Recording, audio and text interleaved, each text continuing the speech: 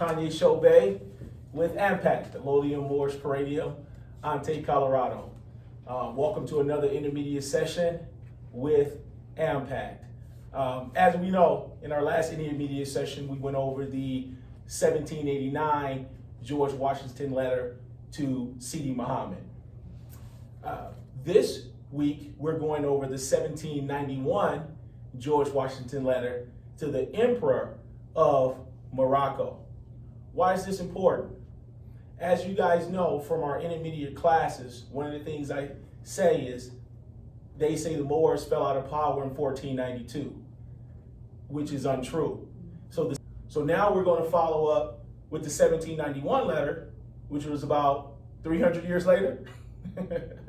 About 300 years later, and the Moors were still ruling over in Europe, i.e. Morocco, if that makes sense. So I want to jump right into the letter here, the 1791 letter, which is to the Emperor of Morocco. And I'm going to start off with my good brother, if you can start off with our reading. From George Washington to the Emperor of Morocco, 31 March 1791. To the Emperor of Morocco, great and magnanimous friend, separated by an immense ocean from the more ancient nations of the earth, and little connected with their politics or proceedings, we are late in learning the events which take place among them, and later in conveying to them our sentiments thereon. The death of the late emperor, your father, and our friend of glorious memory, is one of those events which, though distant, attracts our notice and concern. Receive, great and good friend, my sincere sympathy with you on that loss, and permit me at the same time to express the satisfaction with which I learned the accession of so worthy a successor to the imperial throne of Morocco, and to offer you the homage of my sincere congratulations. May the days of your majesty's life be many and glorious, and may they ever mark the era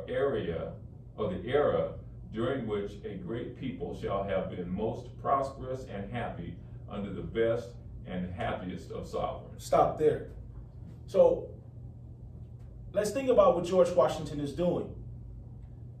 We have no records that the emperor said that he was friends with George Washington, or that they were very, very close. We have the 1789 letter, which George Washington is pretty much kissing butt, saying, I know I haven't responded. We're looking to be bountiful and useful to you so he can stay into our empire. 2 years later, the Sultan dies. His son, which is now the emperor, takes over the throne. George Washington is starting this letter off with, my great and magnanimous friend. Once again, we know what he's doing, because he owes rent. And when you owe, now, if the Moors fell out of power, why would George Washington be writing a letter to someone that's 3,000 miles away if George Washington was the landlord? He's not. George Washington was the tenant. The landlord was sitting over in the kingdom while George Washington was using our land over in the empire. Continue on, good brother. The late emperor, very soon after the establishment of our infant nation, manifested his royal regard and amity to us by many friendly and generous acts, and particularly by the protection of our citizens in their commerce with his subjects. Stop.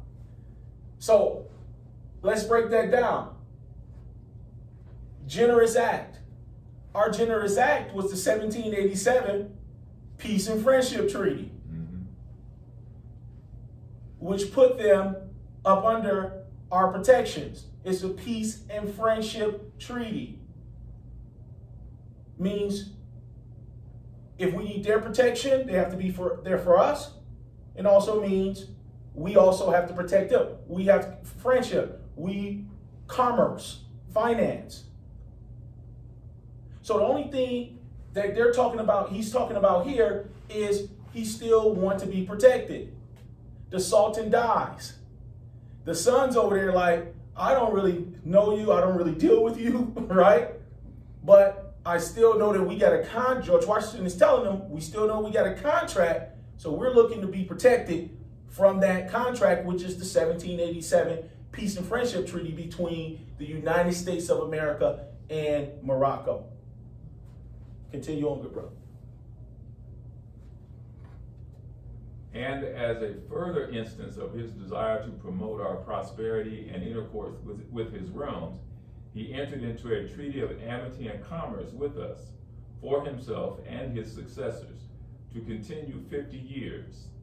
The justice and magnanimity of your majesty leave us full of confidence that the treaty will meet your royal patronage also, and it will give me great satisfaction to be assured that the citizens of the United States of America may expect from your imperial majesty the same protection and kindness which the example of your illustrious father has taught them to expect from those who occupy the throne of Morocco, and to have your royal word that they may count on a due observance of the treaty which connects the two nations in friendship. So he's spilling the beans in his letter. He's telling the truth. Mm-hmm. We are in a contract. The contract cannot be voided. The only way the contract can be voided if you are up under the psychosis of Negro, black, and color. If you are a Moorish national, this contract stands, and you have to have a state which puts this contract into force. Continue on, good brother.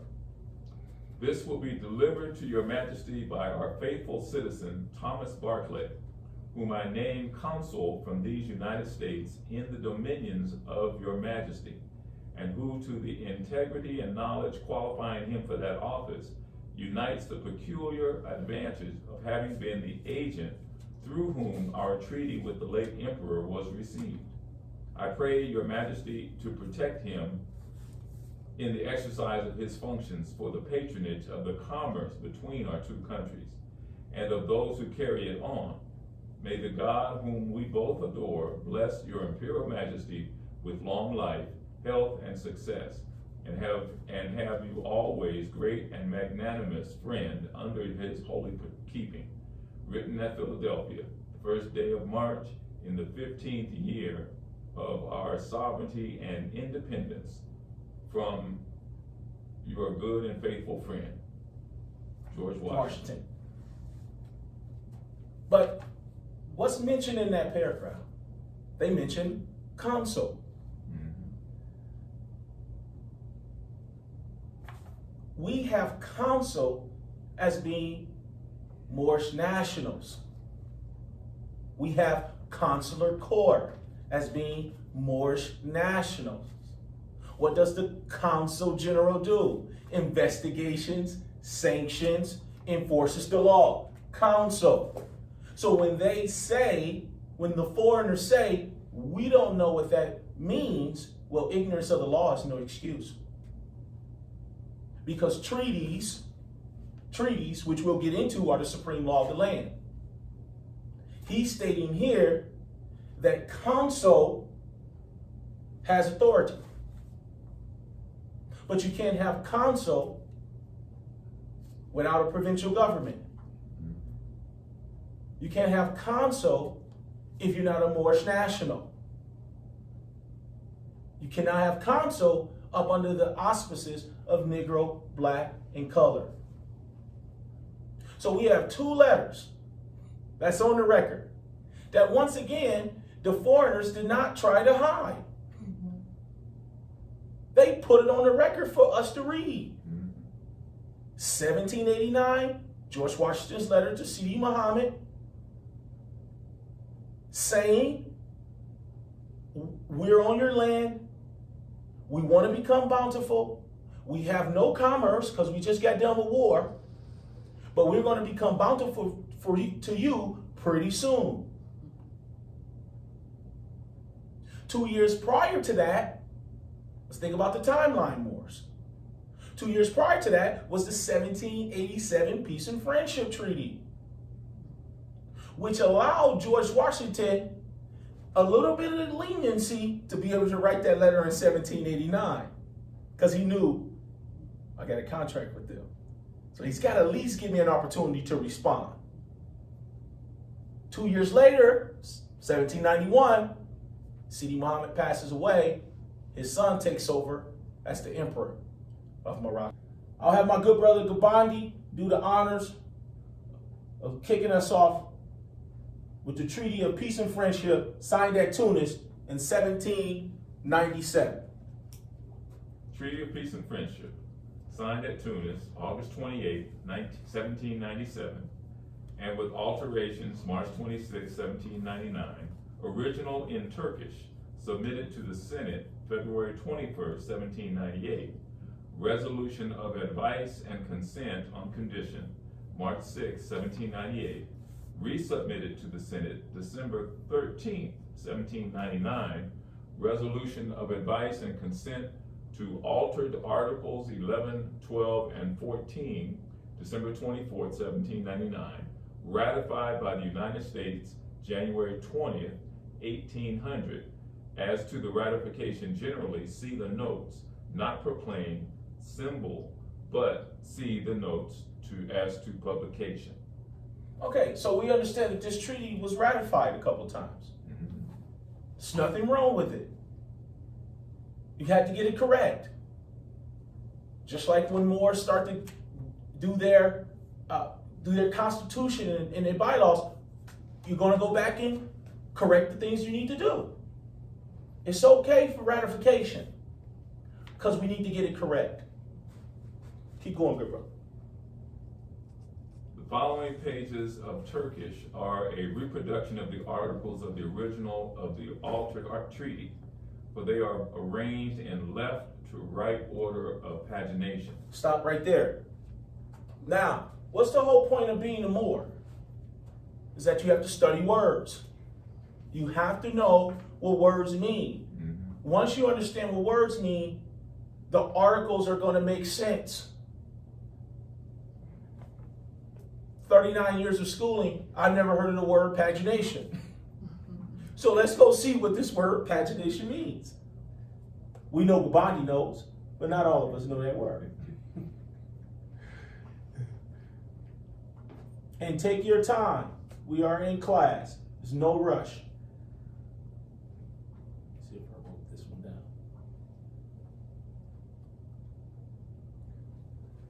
So pagination, the sequence of numbers assigned to the pages in books. Pagination. The sequence of numbers assigned to the pages in books. Okay, so let's go back to it here. So now we'll have Brother Gabandi read that first part one more time, since we know what pagination means. The following pages of Turkish are a reproduction of the articles of the original of the altered treaty, but they are arranged in left to right order of pagination, and of necessity the Turkish script runs lengthways of the pages.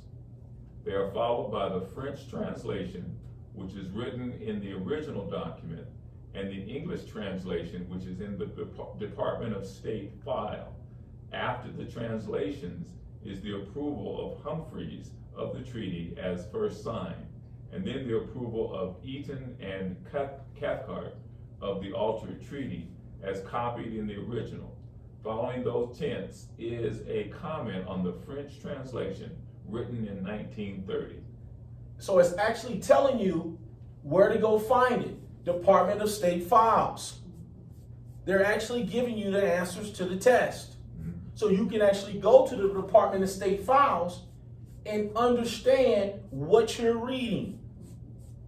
This is very key. And all of that is saying that they made it law. Made it law.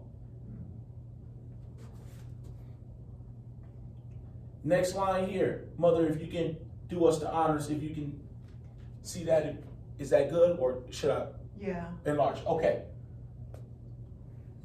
God is infinite.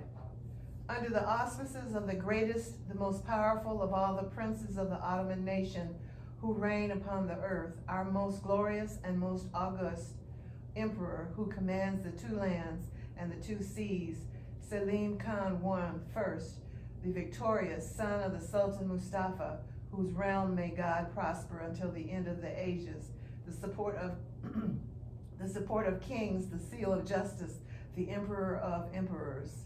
Stop there. What is the definition of ram? We have to know these words.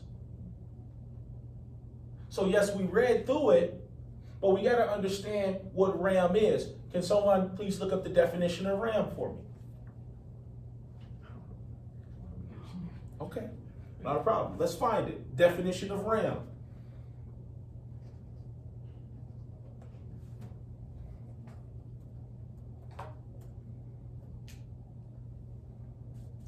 Ram. A kingdom. Ram. A kingdom.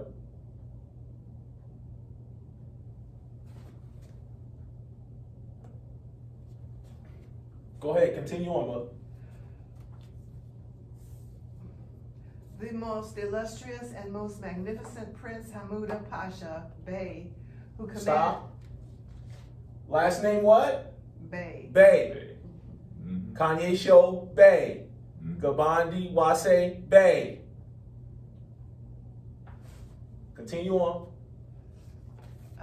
Who commands the Ajiak of Tunis, the abode of happiness, and the most honored Ibrahim Dey, and Suleiman Aga of the Janizaries, and chief of the Divan, and all the elders of the Ajiak, and the most distinguished and honored President of the Congress of the United States of America, the most distinguished among those who profess the religion of the Messiah, of whom may the end be happy. Think about it, Morris. They mention again the United States of what? America, who the treaty is with.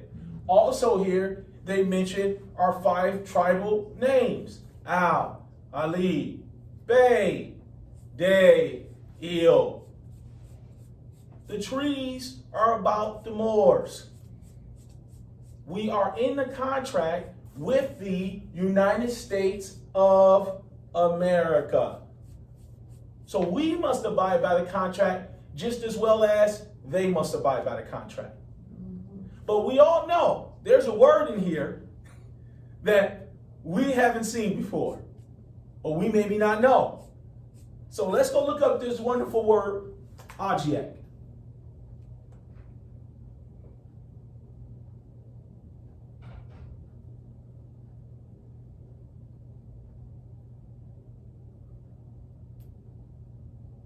I have it.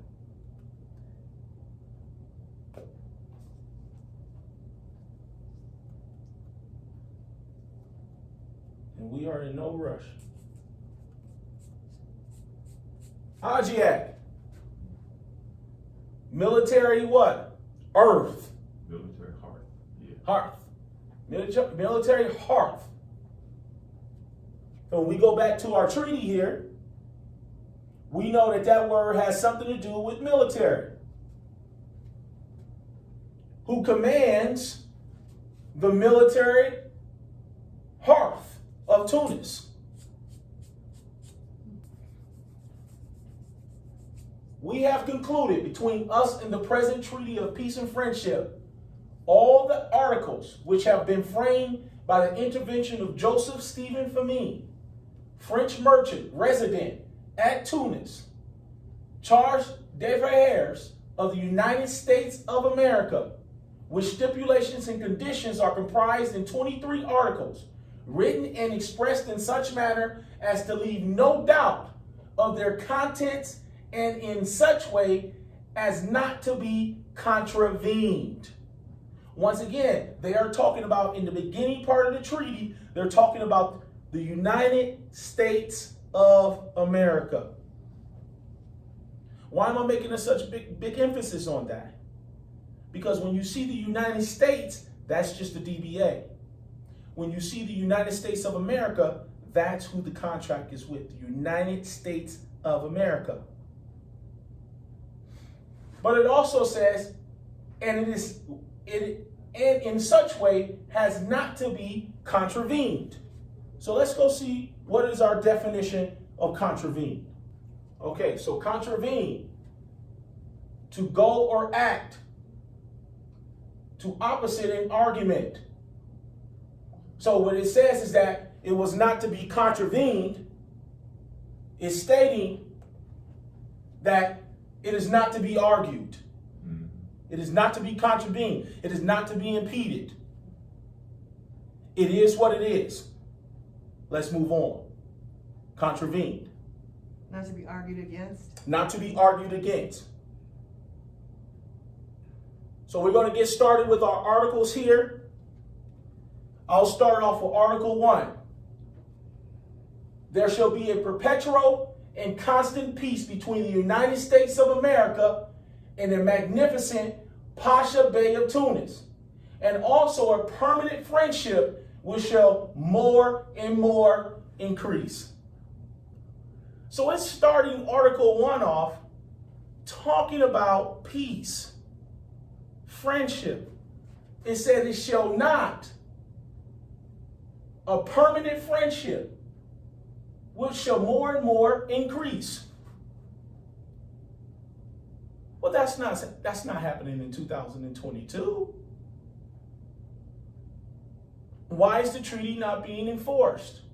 Because you don't have to enforce, because you can't enforce a treaty when you calling yourself a crayon of black, or when you're calling yourself an African American.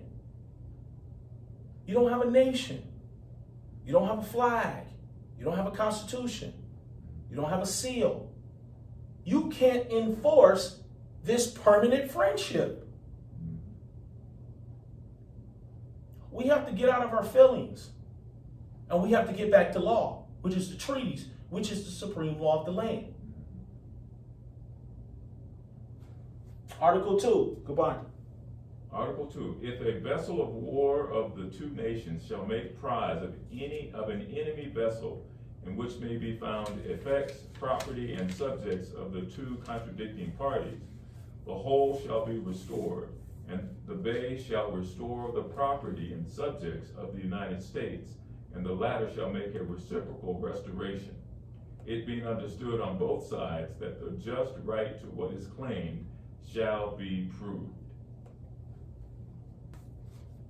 Article 3,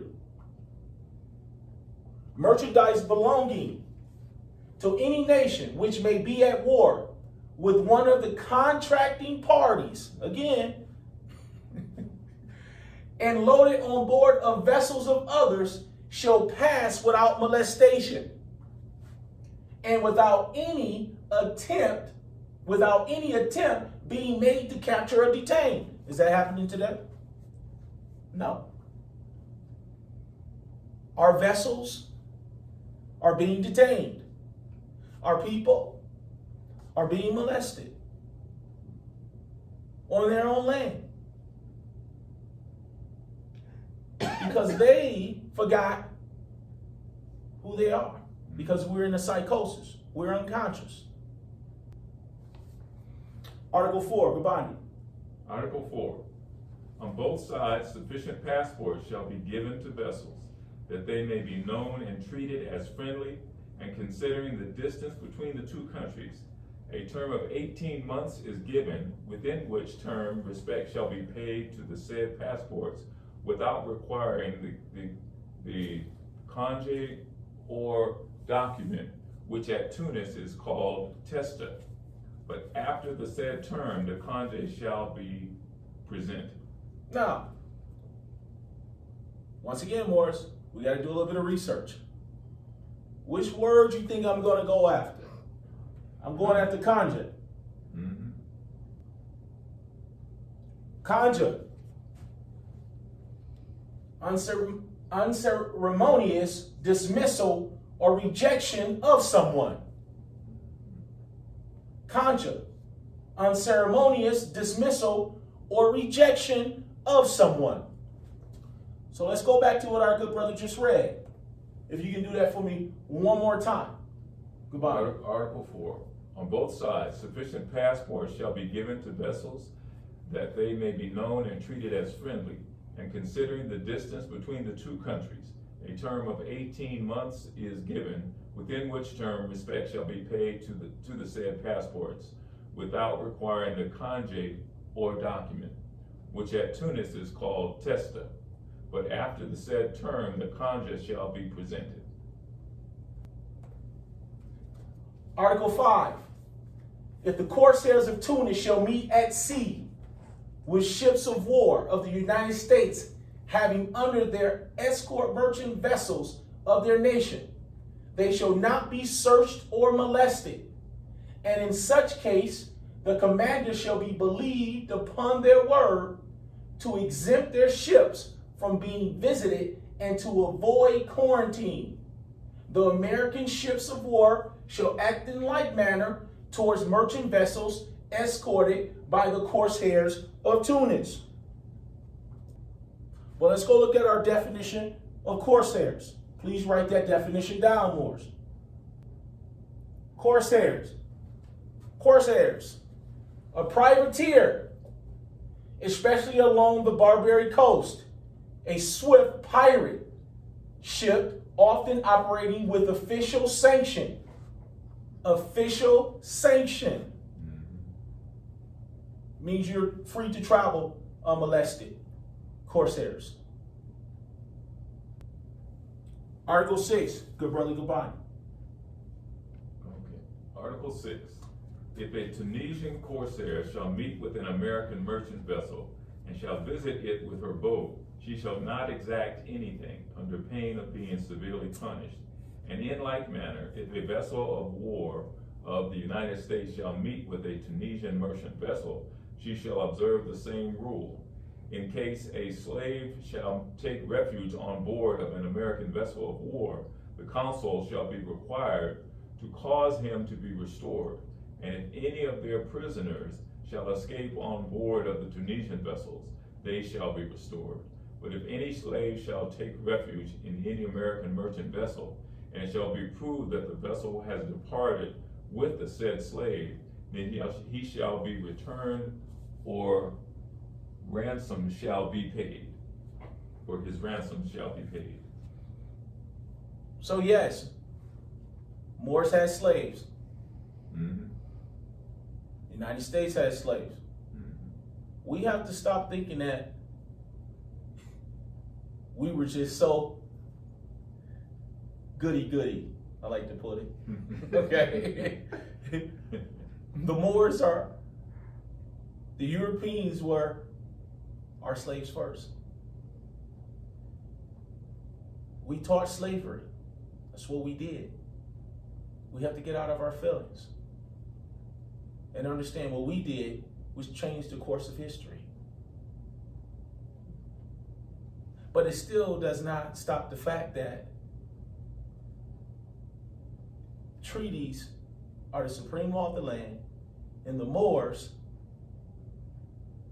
is the ones that's controlling the treaties. 1787, once again, Treaty of Peace and Friendship between Morocco and the United States of America.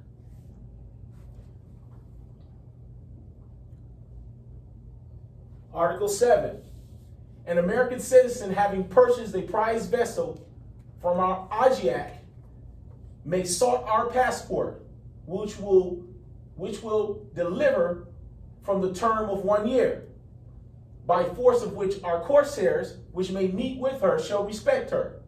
The consul, on his part, shall furnish her with a bill of sale.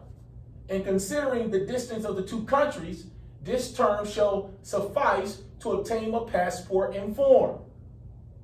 But after the expiration of this term, if our corsair shall meet with her without the passport of the United States, she shall be stopped and declared good prize, as well as the vessel, as the cargo in the crew. Article 8, Gabani. If a vessel Article 10, Mother Ma. In case a vessel of one of the contracting parties shall be attacked by an enemy under the cannon of the forts of the other party, we shall be defended and protected as much as possible. And when she shall set sail, no enemy shall be permitted to pursue her from the same port or any other neighboring port for 48 hours after her departure. Protection of each other. Doing war. Or disagreement with any other nation. Protection of each other. Article 11, good brother Gabani. Okay. Step back a little bit. Yes. When a vessel of war of the United States of America shall enter the port of Tunis, and the consul shall request that the castle may salute her, the number of guns shall be fired which he may request. And if the said consul does not want a salute, then there shall be no question about it. But in case he shall desire the salute, and the number of guns shall be fired which he may have requested, they shall be counted and returned by the vessel in as many barrels of cannon powder. The same shall be done with respect to the Tunisian corsairs when they shall enter any port of the United States. Tribute and honor. Article 11 is about tribute and honor. Article 12, Mother Ma. When citizens of the United States shall come within the dependencies of Tunis to carry on commerce there, the same respect shall be paid to them when the merchants of other nations enjoy, which the merchants of other nations enjoy. And if they wish to establish themselves within our ports, no opposition shall be made thereto. Stop. If they wish to establish themselves within our ports, no opposition shall be made thereto. What am I getting at? They have established themselves in the Empire of Morocco, and no opposition shall be made thereto. I know we talk about putting them out. But per the treaties, they shall establish themselves.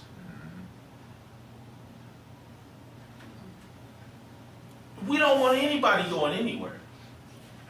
They gotta pay rent. Let's abide by the treaties, which is the supreme law of the land. Continue on, Mother.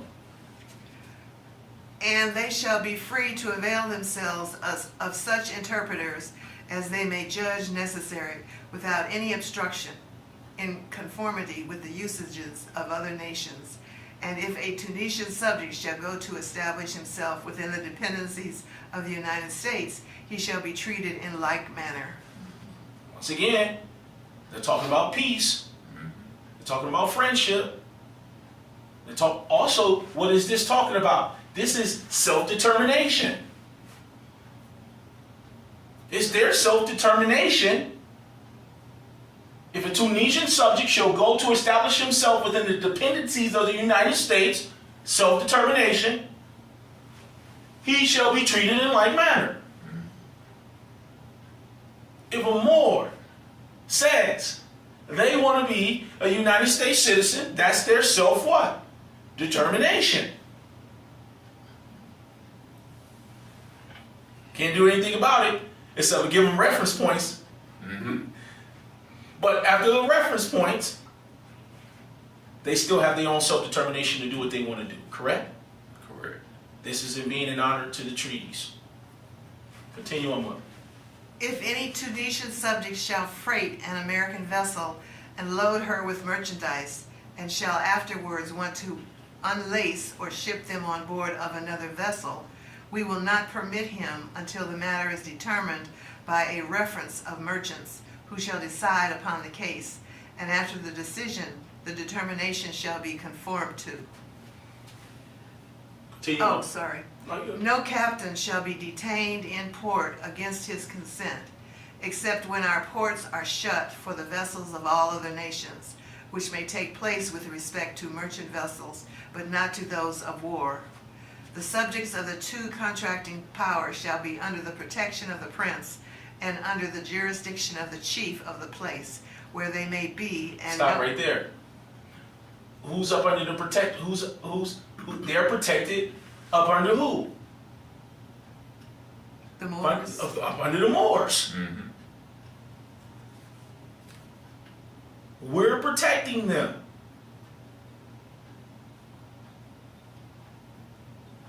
Through the contract. The contracting, it says it's the two contracting parties.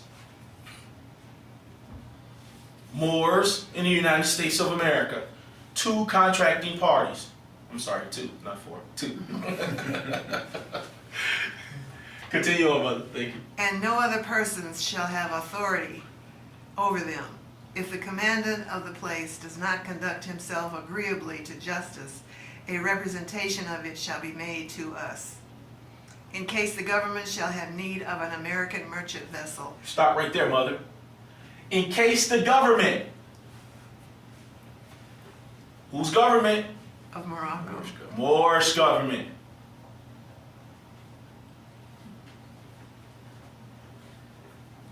We governed before. Mm-hmm.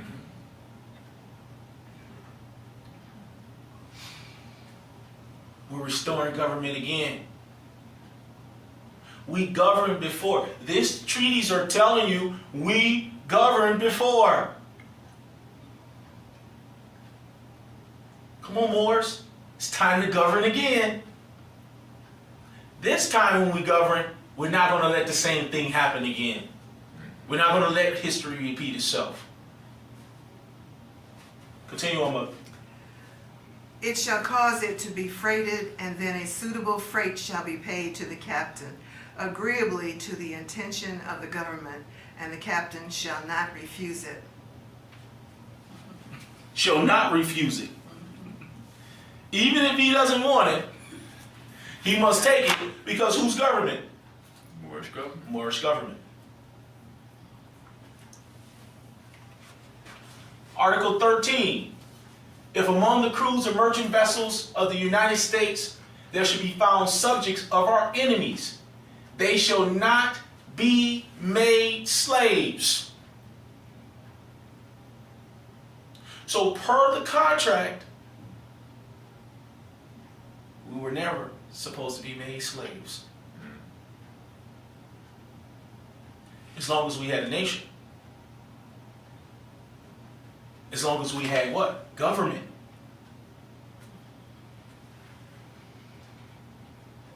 We forgot who we were, which put us into servitude. On condition that they do not exceed a third of the crew, and when they do exceed a third, they shall be made slaves. The present article only concerns the sailors and not the passengers, who shall not be in manner molested. Once again, we're talking about equality. You should not be molested.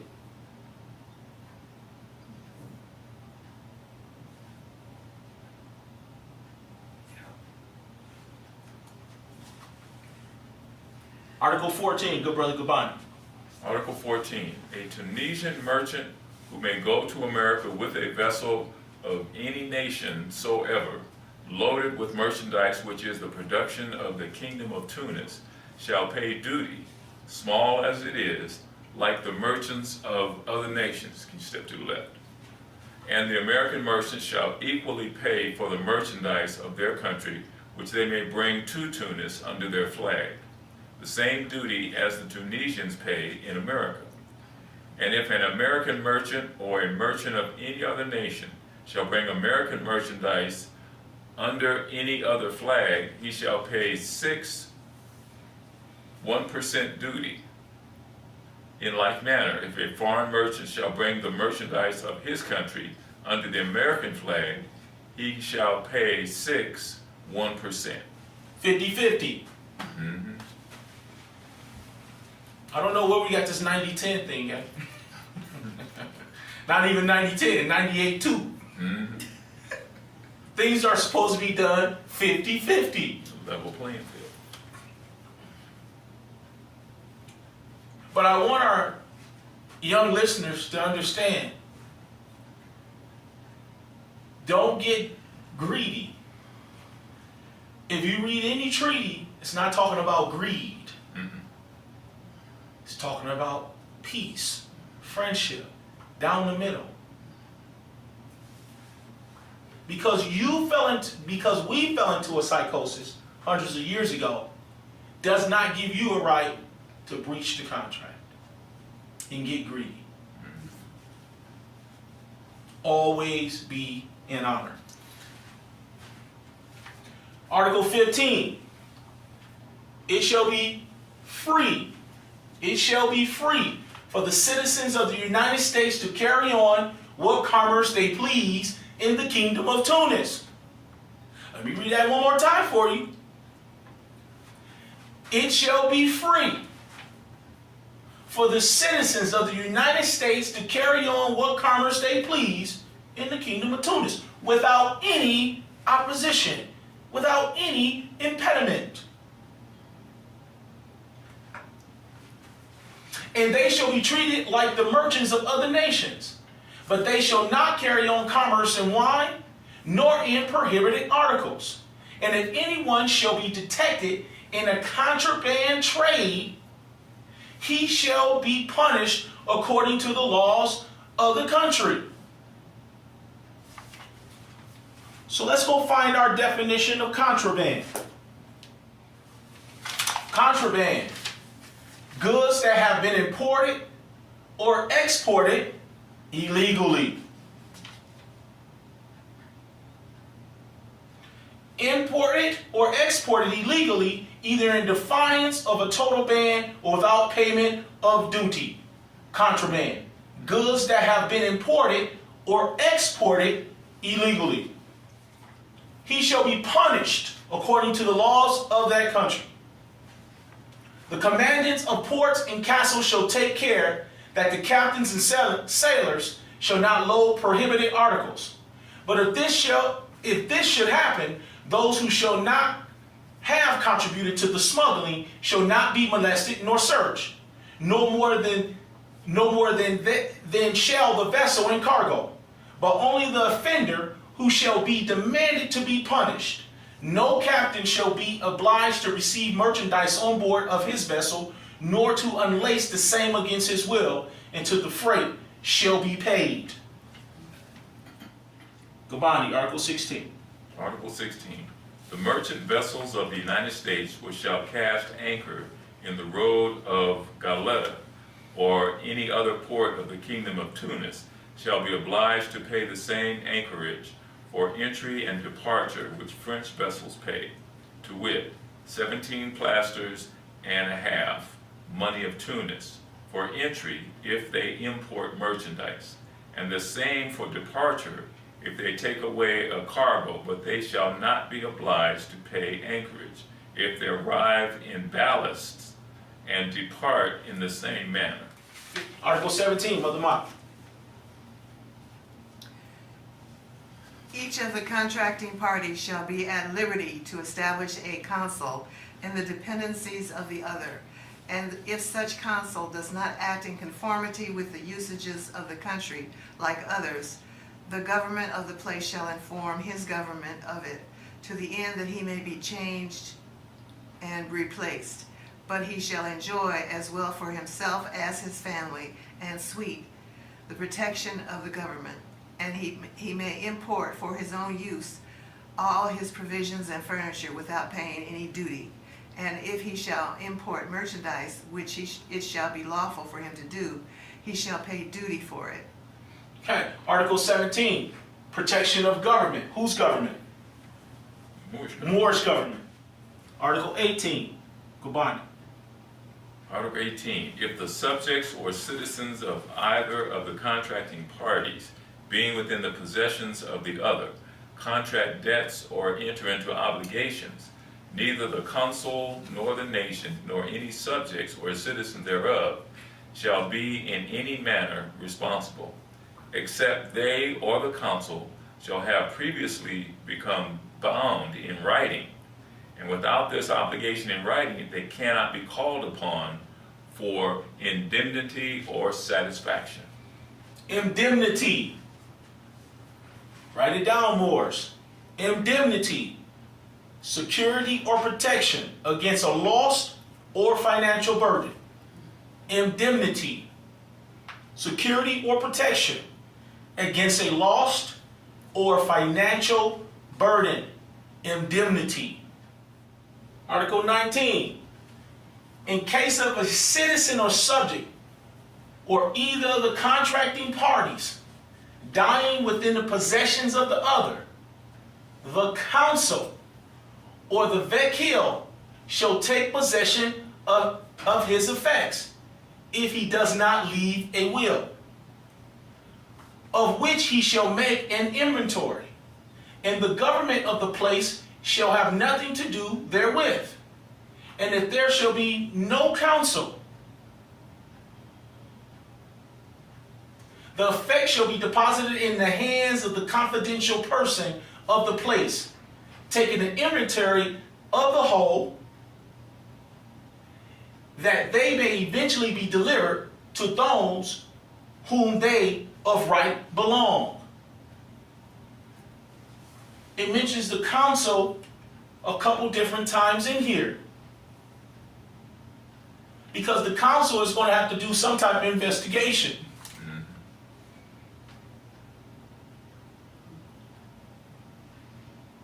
That's the council's job. Council general, investigation, sanctions. But also, to be fair,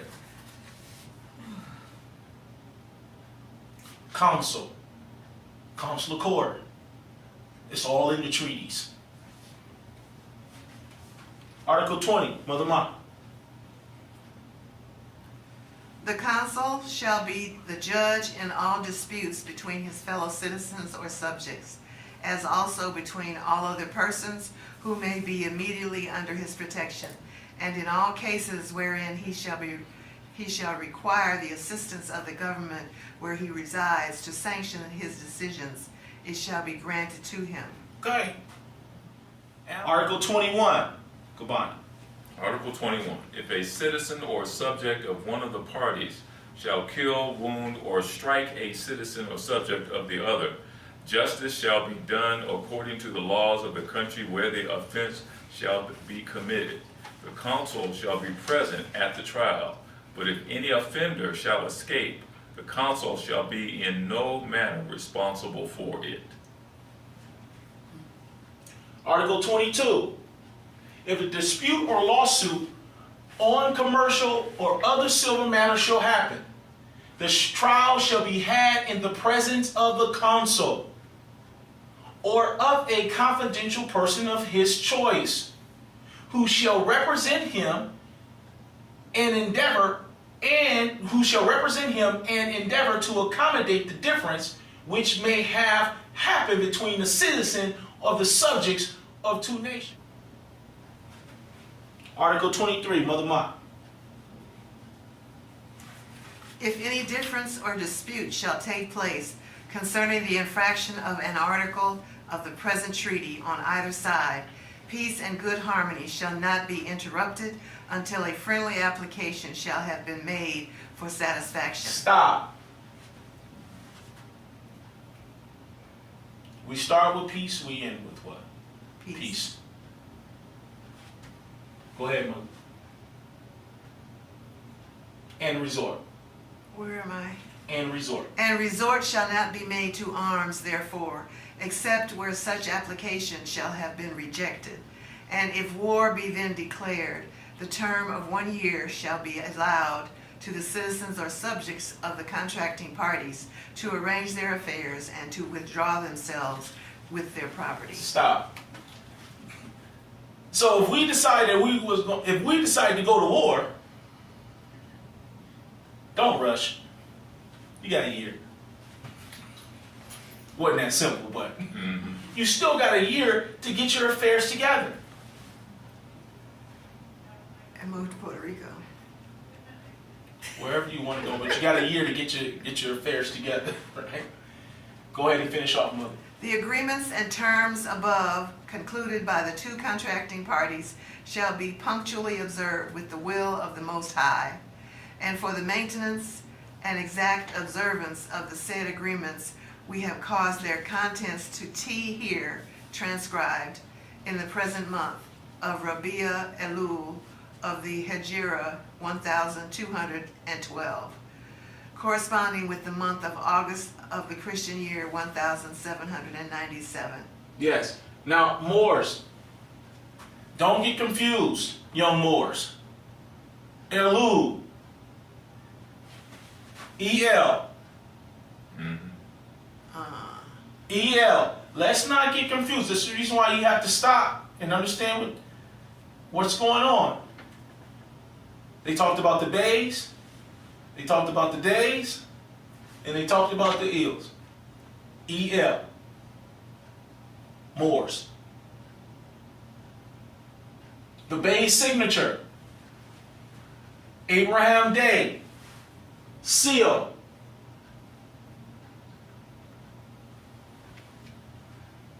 Aga Solomon's seal. To all to whom these presents shall come or be known. Whereas the underwritten David Humphreys hath been duly appointed Commissioner Plenipotentiary by letters patent under the signature of the President and the seal of the United States of America. The seal of the United States of America, dated the 30th day of March 1795, for negotiating and concluding the treaty of amity and commerce with the most excellent and illustrious Lord, the Bey and Supreme Commander of the state of Tunis. Now, what I want you guys to realize, young Moors, I want you to realize on how they talk about Moors in the treaties. Most excellent, illustrious Lord. The Bay. The Bey and the Supreme. You don't see anybody in here calling people NIGGAs. You don't see anybody in here calling everybody my dogs.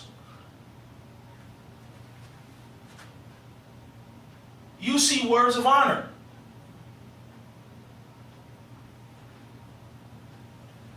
Whereas in conformity to the necessity authority committed to him thereof, he did constitute and appoint Joel Barlow an agent in the business aforesaid, and whereas the next treaty was in sequence thereof agreed upon, in the manner and at the time therein mentioned through the intervention of Joseph Stephen Famine, invested with full powers of the said purpose. Now know ye that I, David Humphreys, Commissioner Plenipotentiary, aforesaid, do approve and conclude the said treaty, and every article and clause therein contained. He didn't say certain articles. He said what? Yeah. Every article. All 23 of them. Reserving the same nevertheless for the final ratification of the President of the United States of America, by and with the advice and consent of the Senate of the United States, in testimony whereof I have signed the same with my name and affixed thereto my seal at the city of Madrid this 14th day of November 1797. Go ahead, Kabani. Seal, David Humphreys. Whereas the President of the United States of America, by his letters patent, under his signature and the seal of state, dated seal the 18th day of December 1798, vested Richard O'Brien, William Eaton, and James Leander Cathcart, or any two of them in the absence of the third, with full powers to confer, negotiate, and conclude with the Bey and Regency of Tunis on certain alterations in the treaty between the United States and the government of Tunis, concluded by the intervention of Joseph Etienne Famine on behalf of the United States in the month of August 1797. We, the underwritten William Eaton and James Leander Cathcart, Richard O'Brien being absent, have concluded on and entered in the foregoing treaty certain alterations in the 11th, 12th, and 14th articles, and do agree to said treaty with said alterations, reserving the same nevertheless for the final ratification of the President of the United States by and with the advice and consent of the Senate. In testimony whereof we annex our names and the consular seal of the United States done in Tunis the 26th day of March in the year of the Christian era 1799 and of American independence the 23rd. Signed, William Eaton, James Lear Cathcart. Turkish text and the material on the French translation has not been reproduced by the Avalon Project. Blah, blah, blah. The end.